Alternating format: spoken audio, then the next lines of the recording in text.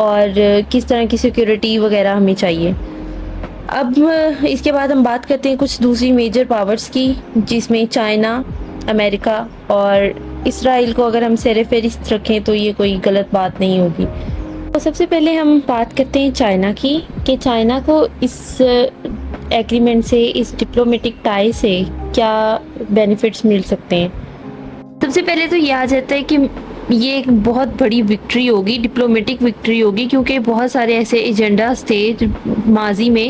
جن پہ especially proxy wars آ جاتی ہیں، بہت سارے ایگریمنٹس آ جاتے ہیں، اور سب سے زیادہ جو ڈیواسٹیٹنگ وار ہے یمن اور سیریا کی، یہ جو ایجنڈا ہے یہ ختم ہوگا. اس کو کمپیٹ کرنا ایران اور سعودی عربیہ جو اس کو کمپیٹ کر رہے تھے، یہ ایک طرح سے بالکل پرامن ہو جائے گا. دوسری طرف سے کیا آ جاتا ہے، کیونکہ میڈل ایسٹ میں اس وقت چائنا ایک گلوبل اکانومی ہے، اس لحاظ سے کہ وہ وہاں پہ انویسٹ کرتا ہے. 40% جو آئل کی امپورٹ ہے وہ چائنا وہاں سے کرتا ہے. اب بات کرتے ہیں امریکہ کی، کہ امریکہ کو اس کی وجہ سے کیا نقصان ہوگا یا کیا فائدہ ہوگا. تو ترقی کے لحاظ سے امریکہ ویسے ہی پیچھے جا رہا ہے، کیونکہ اس نے اپنی جتنی بھی کوششیں تھیں اس نے ایران کو سب سے الگ کرنے میں لگا دی. اور اس ایسے وقت میں کہ جب ایران جو ہے وہ نیوکلیئر پاور بن رہا ہے، تو جب امریکہ کو یہ چیز پتہ چلی تو واشنگٹن اور تہران کے درمیان اس چیز کی وجہ سے زیادہ ریوالری آنا شروع ہوگی، کشیدگی آنا شروع ہوگی. اور اس کی وجہ سے اب امریکہ کو اس ایگریمنٹ سے جہاں تک اوور آل دیکھا جائے تو کوئی ایسا کوئی خاص نہ ہی کوئی ان کو فائدہ ملے گا اور نقصان بھی نہیں ہو سکتا.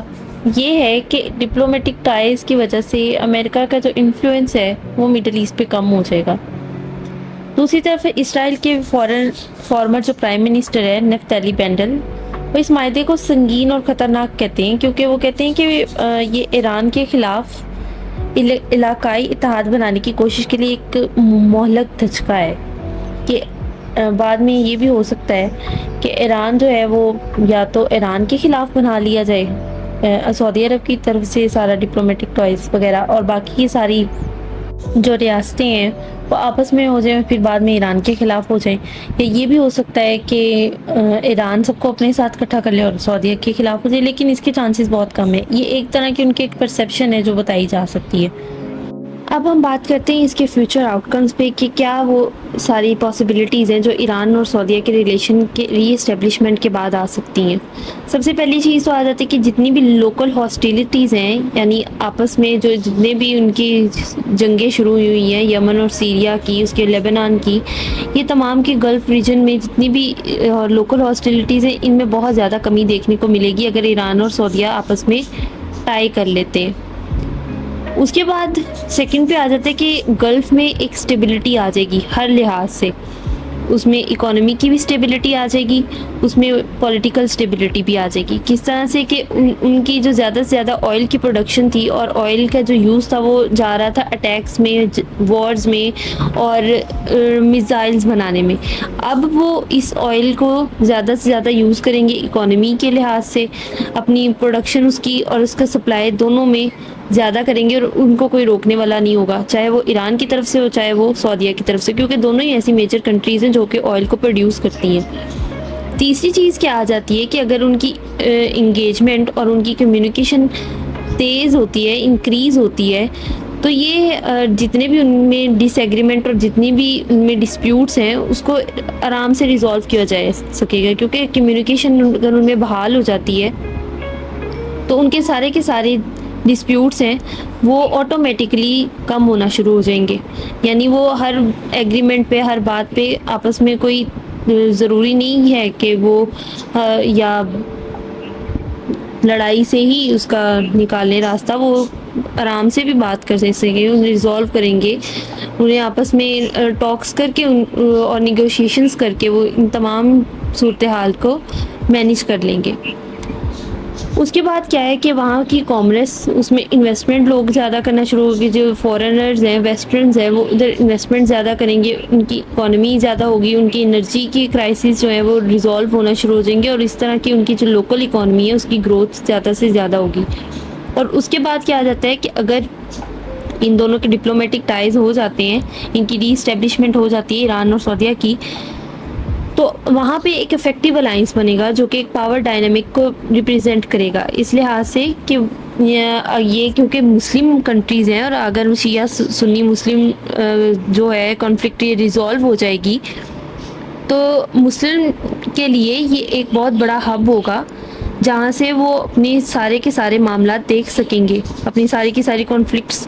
دور کر سکیں گے، کیونکہ سعودی عربیہ اس وقت مسلم دنیا کا سب سے اسٹرانگ کنٹری ہے، تو اس لحاظ سے یہ امپورٹنٹ ہے اور اس کے یہ فیوچر آؤٹ کمز ہو سکتے ہیں۔ اس کے بعد ہم جاتے ہیں اپنی کنکلوژن کی طرف اور کنکلوڈ کرتے ہیں یہ دیکھتے ہوئے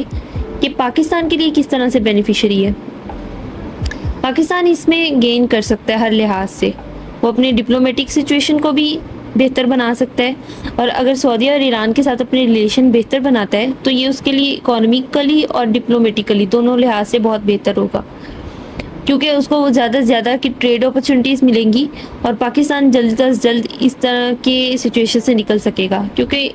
اس وقت ایران جو ہے اب نیا وہ نکلا ہے اپنی اکانومک سینکشن سے، اپنی اس آئسولیشن سے نکلا ہے، اور وہ اپنی اکانومی کو بہتر بنائے گا دوسرے ممالک کے ساتھ تعلقات بہتر بنا کے، ان کے ساتھ زیادہ سے زیادہ ٹریڈنگ کر کے۔ تو پاکستان اگر ان کے ساتھ اپنی ٹریڈنگ کی اپرچونیٹیز کو بحال کرتا ہے تو یہ اس کی اکانومی کے لیے ایک بہت بڑا سٹیپ ہوگا۔ اس کے بعد اگر ان دونوں کے آپس کے کانفلکٹ ختم ہو جاتے ہیں، یہ اپنے جو ہے پولیٹیکل سچویشنز کو کنٹرول کر لیتے ہیں، تو اس کے بعد مسلم نیشن جو ہے وہ بہت سارے ڈفرینٹ ٹاپکس پہ بات کر سکتی ہے، جس میں پیلسٹائن ایشو آ جاتا ہے، کشمیر کا ایشو آ جاتا ہے، بوسنیا آ جاتا ہے، ہرزیگووینا آ جاتا ہے، لیبیا آ جاتا ہے، سیریا، یمن، عراق اور روہنگیا۔ یہ وہ تمام علاقے ہیں جہاں پہ مسلمان کئی سالوں سے بہت ہی بے دردی سے اور بہت ظلم ان پہ کیا جا رہا ہے، اور بہت بے دردی سے ان کو مارا جا رہا ہے۔ تو ان تمام جگہوں پہ وہ ان مظالم کو ختم کر کے ان پہ بات کی جا سکتی ہے، اور اگر یہ گلف آف پرشیا میں پیس آ جاتی ہے، اسٹیبلٹی آ جاتی ہے، تو مسلم کمیونٹی ایک بہت بڑے اسٹیبل ریجن اور ایک بہت بڑی پاور بن کے ابھر سکتی ہے، اور جتنے بھی یونائٹڈ نیشن کی طرف سے فنڈامنٹل رائٹس جو باقی ساری کنٹریز کو دیے گئے ہیں، ویسٹ کو دیے جاتے ہیں، نان مسلمس کو دیے جاتے ہیں، وہ اصل حقدار اس وقت مسلمس بھی ہوں گے ان فنڈامنٹل رائٹس کے۔ تو اسی طرح آج کا ہمارا جو ٹاپک ہے وہ ختم ہوتا ہے۔ اس ٹاپک کی مزید ڈیٹیل CSS ٹائم لائن کی ویب سائٹ پر ڈال دی گئی ہے، آپ اس کو وہاں پہ مزید پڑھ سکتے ہیں،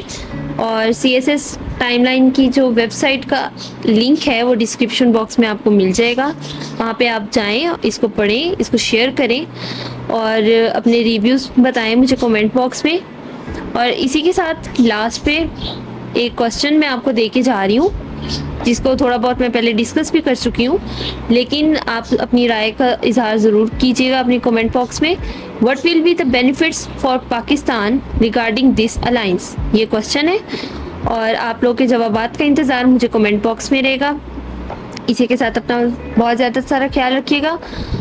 اور اگر ویڈیو پسند آئی ہے تو لائک، سبسکرائب اور شیئر کرنا مت بھولیے گا۔